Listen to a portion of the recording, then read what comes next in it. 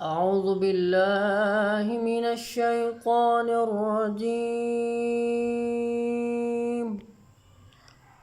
بسم الله الرحمن الرحيم.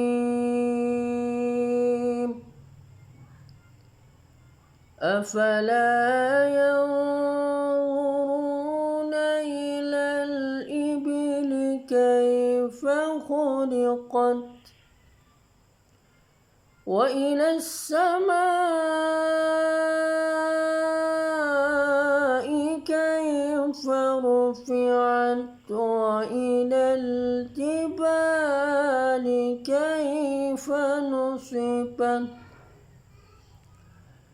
وإلى الأرض كيف سطحت فذكر إنما أنت مذكر